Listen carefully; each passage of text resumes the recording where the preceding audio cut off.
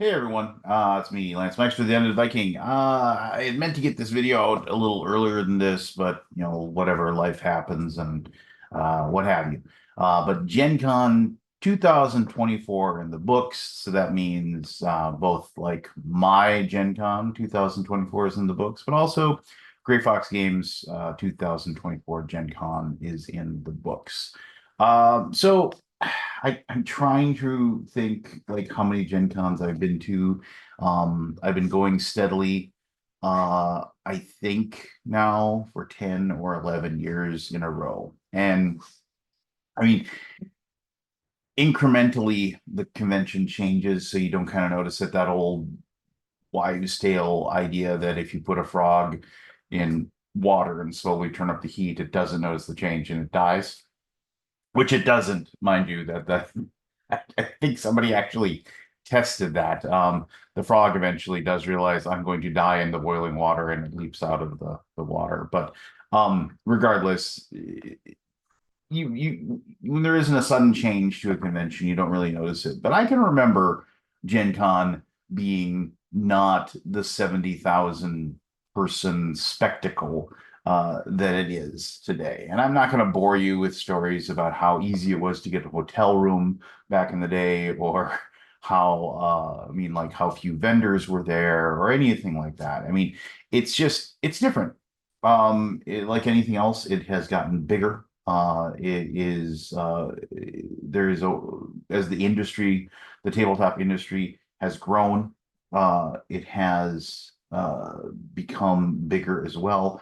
The big change, in my opinion, is that like it isn't really D&D focused very much. I mean, especially like yes, there's D&D stuff, and obviously the new players handbooks got released this year, and that was a big to do, if you will. But like there used to be, giant, Wizards of the Coast booths and things like that that you'd see, and those just don't exist anymore. They just really aren't there. Which is, neither here nor there. It's just the way it is. And it is heavily focused on board games, and it is also heavily focused on board game adjacent things, if you will. And like as far as furniture or accessories, or bits or dice or whatever, um it's very centric to those things. So when I go to Gen Con now, I work. It is, I mean, and when I used to go to Gen Con with TMG, I worked. But as far as like when I started working at Gray Fox, it very quickly became my job to run the booth, which is fine. I actually really enjoy running a booth. I will grouse about it. I will nanner on about my feet hurting, or uh the day dragging or whatever, or having to demo the same game 100 times, or just whatever. But I really enjoy talking to the people. I really enjoy having those discussions. I really enjoy the sales part of it, which is kind of silly to say like you do enjoy selling stuff. I mean, I've had jobs where I've had to sell stuff that I don't care about, and that sucks. But like if I'm telling somebody about a board game that I helped create and that I'm excited about, it's fun to be excited about that. And it's fun to give that excitement into your pitch or whatever. And I don't know. I mean, I feel like I'm able to like condense a hour-long game into a 1 minute, this is how the game works and this is why you may or may not like it. And yeah, and I think people appreciate that. I'm not a big, um bow tie used car salesman. Little old lady was just kicking the treads on this board game about an hour ago. I'd hate for you to lose out on it, that kind of thing. But I try to be honest with people. Try to tell them what they're getting and what they should be receiving, and then we go from there. So yeah, working the booth, not a big deal. For me anyway. I did get some time. My kid, my oldest kid comes with, and they now hardcore work the booth as well. I do at 17, their mind can flutter off, and so I make sure have breaks and go and get lunch and whatever. I tend to work just straight through, do it. But I've been taking her to Gen Con now 6 years in a row. And I always do make sure that on Saturday, the two of us get like 3 hours, 4 hours just to wander around and enjoy Gen Con. I've said this before, probably the best Gen Con experience I ever had was in the lurch between working for Taste Dimensional Games before I worked for Gray Fox Games. Um, I had I had a gap there where I went to Gen Con, I didn't have a job. I mean, I was looking for a job, but um, and I brought my kid with me, and the two of us just had a blast. I mean, she wasn't old enough to be completely and totally what's what we're looking for here? Like she wasn't a teenager, right? So she didn't roll her eyes at everything her dad said. But we were able to kind of just set her on schedule. I had meetings every once in a while, but for the most part, we just wandered. We went and checked out that, and we went and checked out that, and that'll always remain, unless something really amazing happens. That'll always remain my favorite Gen Con of all time. But this Gen Con was actually pretty fun. A lot of people, ton of people. Thursday it was really, really warm. I get the impression that that is because when they don't turn the air conditioning on in the dealer hall, before they open. Because and you can say, oh, it's because they don't want to waste the money or whatever. And I'm sure that factors into it, but also all of the dock bay doors are open and everything is wide open. And so you'd just be blasting cold air outside, and that would be extremely expensive to run. So I guess I get that. Now I had my plane flight to get to Indianapolis was canceled, and I ended up getting in late on Wednesday. So I didn't get to set up the booth, which everybody's like, oh, well, lucky you. And I guess, yes, there is some, even my boss, Shane, said, it's like, if I were you, I'd be dancing. And I was like, yeah, but I felt bad. I mean, I really did feel bad that I wasn't there to help. It basically meant that, two people, myself and my teenager, weren't there to assist and put things together. And I mean, that's all. I mean, that's a lot of work that two people could be doing that now is just basically vomited onto everybody else. And so I did feel bad that I wasn't there. I also, since I'm running the booth, I kind of like being in charge of setting up the booth. I like being in charge of knowing where everything goes, how everything's going to be set up. And there were some things that and admittedly, everybody that set up the booth and got everything going, they did a fantastic job.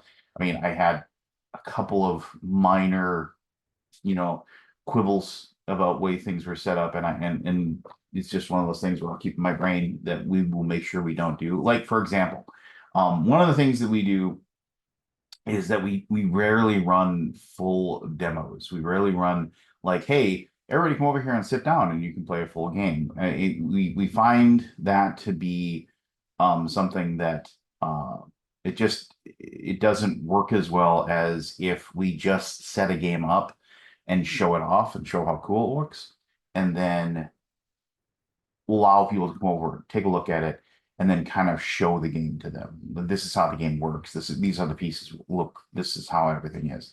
And we have two games right now that when we set up on a table to show off, they look like amazing. One is After the Empire, our worker placement tower defense game that has like basically little castles, and so people see those, and they have little tiny army men that they go on the castles as well. And people see that and they're like, "This looks really cool. What is this?" And then you explain it to them. And I mean, and that's and put a pin in that statement. I'll come back to that in a second. And the other obviously is Last Light. You get all the plastic spaceships, and you get the different planets all over the place. And with the deluxe planets, you have to light up stars, so you can turn that on. So people see that and they're like, "Oh my gosh, what is this?" And that's one of the things that I was really stunned by. And I mean, I shouldn't be stunned by it. It's just one of those things of how the industry is changing.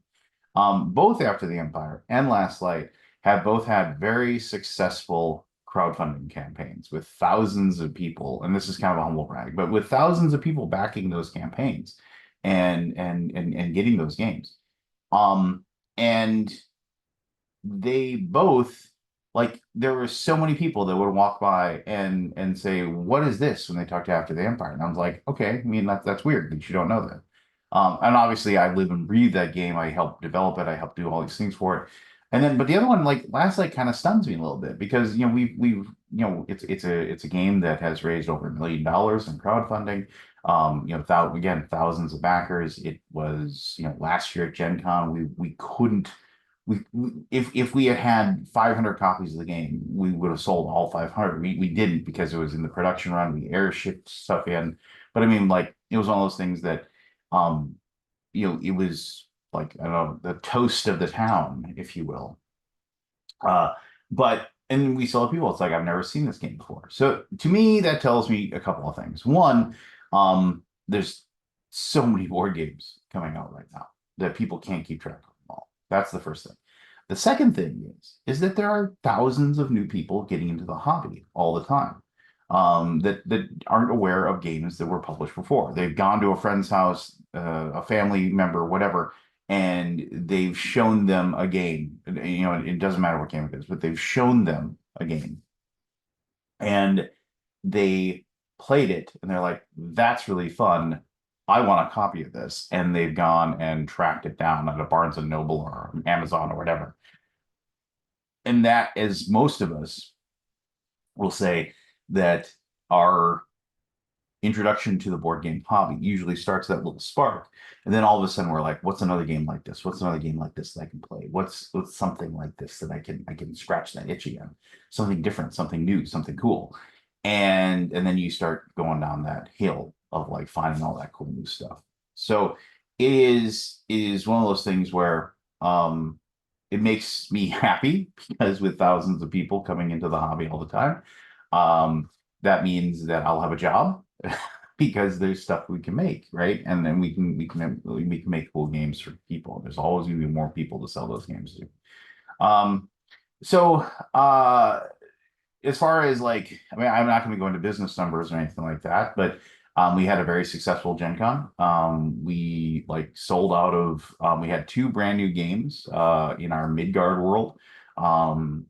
Clans of Midgard, which is a draft and write and fight. And we have our Reavers of Midgard, the card game, which is a game of resource collection and negotiation. I invite you to go and like look those up on like Board Game Geek or go to our website. I know like there's some reviews. We sent a review copies, and reviews are starting to be done right now, so you can go track those down as well. But and both of those, we had deluxe copies of those because we had just gotten them into our warehouse right before Gen Con. So that was really, really fortuitous. But we brought a bunch of those, and it was the first time we've ever had them on sale. And we sold out of those early on the second day, which was awesome. And then we sold out of like some of our older titles that we brought along, like Champions of Midgard, For Science, Campaign Trail. And then by the end of the day on Sunday, I mean, like we basically had almost nothing left. We had sold out of all of our Last Light copies. We sold out of like, pretty much everything. I mean, we had probably, we came there with a trailer, two giant trucks and a trailer full of stuff. And then we had like 4 boxes of games to bring back and all of our stuff for the Gen Con booth. So it was really nice. Now getting home, obviously, we couldn't go without something interesting, which was the fact that as we were packing up the booth, I got a text message that said, "Your flight's been canceled." I was supposed to leave. Me and my kid were supposed to leave at 7:30 on that evening, and it turned out we weren't going home. We weren't gonna. Our flight was canceled, and we weren't able to get out of there. So we considered a few things that we were going to do. We could have left the next day from Indianapolis at like 5 o'clock at night, and then because obviously like everybody's flights were canceled. It was due to the tropical storm in Florida. All of our flights would have been canceled. All the flights leaving were canceled because they didn't have any planes. They didn't have any pilots. But anyway, we could have left the next day and got home at like midnight the next day. But um, if we like basically drove to St. Louis, where the uh, home office of Gray Fox Games is, if we drove to St. Louis, we were able to leave earlier out of the St. Louis airport, and we were actually able to stay at a friend's house. Alex and Stephanie were kind, and they put us up. They're two people that have like volunteered and worked for Gray Fox in like different capacities in the past, and they were there at Gen Con, and we played some games with them, which was awesome. But we were able to be able to get home and the next day, and which it was cool because I've worked for Gray Fox now for like 5 years. I had never been to our Fenton, Missouri location. I had never been to their offices in any way, so which was cool to do. We went there and I got to see our warehouse and all the cool stuff there, which was nice. And then yeah, so I got home. So Gen Con 2024. It was fun. It was tiring. The really nice thing about it was, I know I did my how do you prep for Gen Con, hydrate and stuff, which is stuff I did, but like taking vitamin C tablets or emergency, I did that every single day, and I came home with no con crud, no uh I didn't. I mean, there was a lot of people that came home from Gen Con with COVID, and I hope they're all okay and I hope they're all healthy. But I tested after I got home, and I just to be sure, and my kid did as well, and she was fine. We were both cool. She came home with a little bit of a cough, a little bit of a stuffy nose, which was just whatever. But she wasn't taking those vitamin C tablets like I was. So, and I kept telling her to. She wouldn't do it. So, um, she gets what she deserves. No, not really. You know what I mean? Anyway, so I don't know if it's psychosomatic or if whatever, but I was able to keep the germs at bay once again, which is nice. I like being able to come home and not feeling like crap. So, um, yeah, 2024 Gen Con in the books. I've got we got BGG Con in November that we're attending, and we have PAX Unplugged. We're going back to PAX Unplugged for the first time in a couple of years. So, or maybe we haven't been there since COVID. I don't know. It's got, I think, yeah, it has. It has been since COVID. So I'll be excited. I haven't been in Philadelphia for a while, and I'm looking forward to that convention. So, um, that's that. If you attended Gen Con, what did you do? Who'd you see? This is that interact with me moment. If you attended Gen Con, what was the games you picked up? What games did you play? What did you like about it? What did you not like about it? If you didn't attend Gen Con, what did you think was like the big game? Like I think like obviously like I mean we sold out of a few of our games, but I mean I'd be lying if I didn't say I think the two big games at Gen Con from what I saw were Arcs, and which I have to admit, I actually bought a copy of. I want to see what the hubbub is. I'm sure I'll play it once and I'll think it's cool, and then I'll put it on a shelf, and then a year from now I'll just give it to somebody. And the other game that everybody talked about was Gnome Hollow, which I didn't pick up, but I saw it at my local Barnes and Noble actually the other day, and I almost bought it because it looks intriguing, but I'm sure somebody else in my game group got it. So maybe I'll just play their copy and then make up my mind. But yeah, tell me what you think was the game of Gen Con 2024. And then yeah, until next time, thank you for watching. Thank you for subscribing. If I'll be trying to do these videos a lot. I know I cross post these both on my YouTube channel, but also the Gray Fox Games YouTube channel. So if you haven't subscribed to either of those and you're seeing this, please do so. That would be awesome. And until next time, and then hit the little bell or whatever. But until next time, take care of yourself. And hopefully, if you attend conventions, I'll either see you in Dallas in November or Philadelphia in December. All right. Take it easy.